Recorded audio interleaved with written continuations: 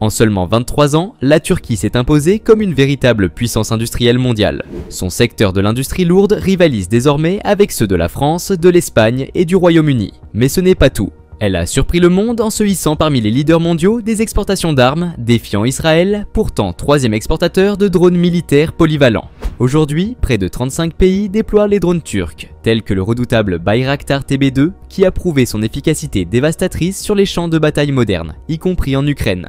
Fait marquant, malgré une guerre en cours, l'Ukraine fournit les moteurs pour certains de ses drones, illustrant la portée stratégique et technologique de cette révolution turque.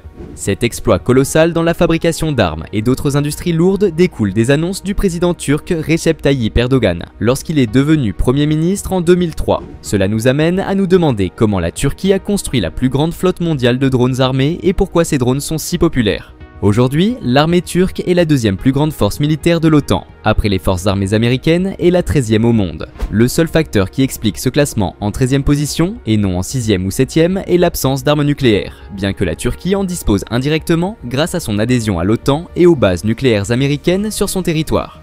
Techniquement, toute armée dans le monde qui entrerait en conflit avec l'Europe dans une guerre non nucléaire devrait affronter les forces armées turques avant de faire face à la puissance militaire des États-Unis. Cela peut sembler étrange pour beaucoup, car la Turquie est un pays islamique et près de 96% de ses 90 millions d'habitants sont musulmans. La Turquie est également obsédée par la fabrication de ses propres armes et exporte une large gamme d'équipements militaires modernes et de munitions, comme le char de combat principal Altay, le véhicule de transport d'infanterie Tarex, le véhicule de combat amphibie blindé Par, le véhicule de combat d'infanterie lourd Tulper, le char léger Kaplan, la frégate de classe Barbaros, l'hélicoptère d'attaque tout temps TAI Augusta Westland T-129 Attack, le système de missiles solaire de la famille Assar, l'obusier automoteur T-155 et l'avion d'entraînement supersonique avancé TAI Purjet.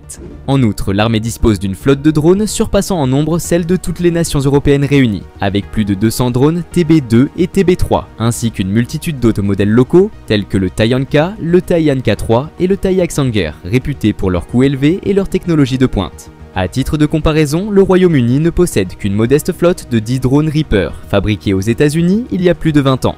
Bien que les drones TB2 et TB3 affichent un coût unitaire compris entre 5 et 8 millions de dollars, ils embarquent des systèmes technologiques extrêmement sophistiqués. Avant de détailler les meilleurs drones militaires turcs, il est important de mentionner qu'un seul diplômé universitaire se cache derrière ce succès en ingénierie, Selçuk Bayraktar. En 2005, Selçuk, alors âgé de 26 ans, était diplômé en ingénierie électrique de la meilleure université de Turquie. 2 ans plus tard, il a obtenu une maîtrise à l'université de Pennsylvanie et a abandonné un programme de doctorat au MIT un an après, car il n'en voyait pas la nécessité.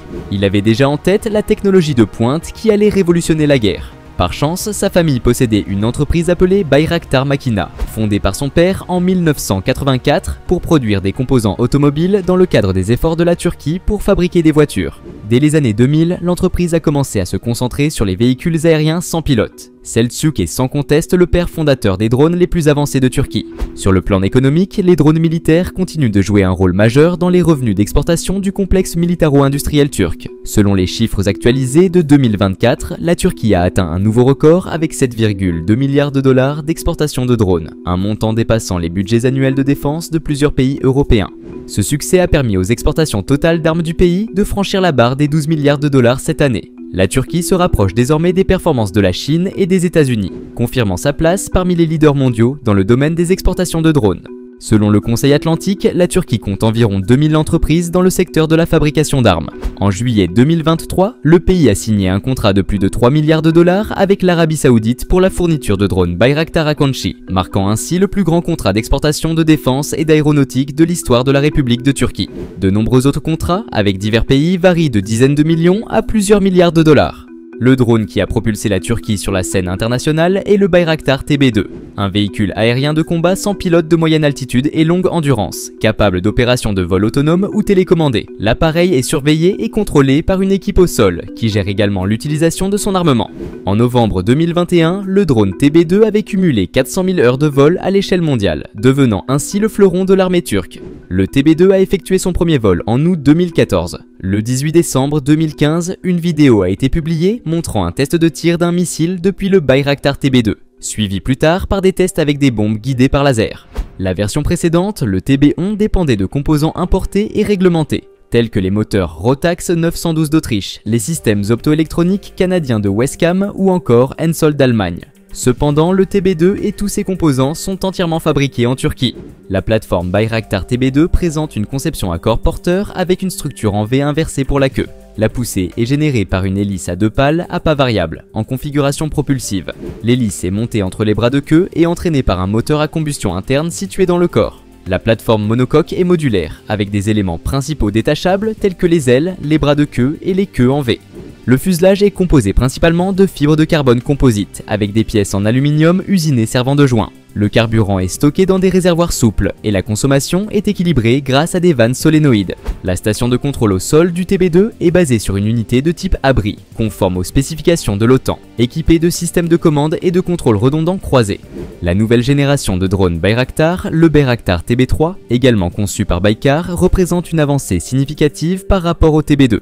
Doté d'ailes pliables, il est capable de décollage et d'atterrissage court, ce qui le rend compatible avec des navires à piste réduite. Le TB3 a été spécifiquement conçu pour être déployé sur le TCG Anadolu, le premier porte-aéronef de la marine turque, classé comme navire d'assaut amphibie et inspiré du porte-avions espagnol Juan Carlos Ier. Cette conception fait du TB3 une version navalisée du TB2. Propulsé par un moteur développé par la société turque TUSAJ Engine Industries, ce drone mesure 8,35 mètres de longueur, 2,6 mètres de hauteur et possède une envergure de 14 mètres.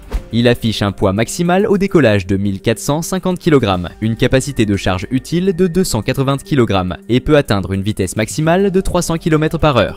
En termes d'avionique, il est doté de systèmes de capteurs interchangeables EO, IR, LD pour l'imagerie et la cible, ou d'un radar AESA multimode. Baykar, le fabricant de drones dominant sur le marché, développe également rapidement son drone de combat le plus prometteur, le Kizil Elma, qui a effectué son premier vol en 2022. Le Kizil Elma mesure 14,6 mètres de long et a une envergure de 9,7 mètres.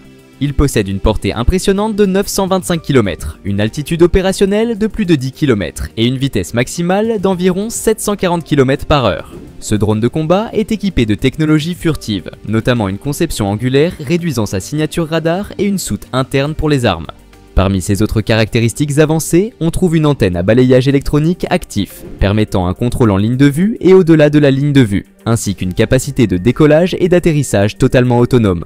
Il est propulsé par le moteur subsonique AI-322F, fabriqué par l'entreprise ukrainienne Ivchenko Progress, qui continue de remplir les commandes malgré la guerre en cours. Le Kizil Elma devrait transporter une gamme d'armes, notamment des munitions de précision, des missiles RR et des missiles de croisière produits par des fabricants turcs. Parmi les autres drones puissants produits par la Turquie figurent le TAI Aksungur et le TAI Anka, conçus par Turkish Aerospace exclusivement pour les forces armées turques. Ces drones sont particulièrement avancés, rapides et redoutables. Selon toi, la Turquie est-elle en passe de redéfinir l'industrie des drones militaires et de rivaliser avec les plus grandes puissances mondiales? Partage tes réflexions dans les commentaires. Merci d'avoir regardé cette vidéo et comme toujours, pense à liker, partager, abonne-toi et active la cloche. A très bientôt pour une nouvelle analyse.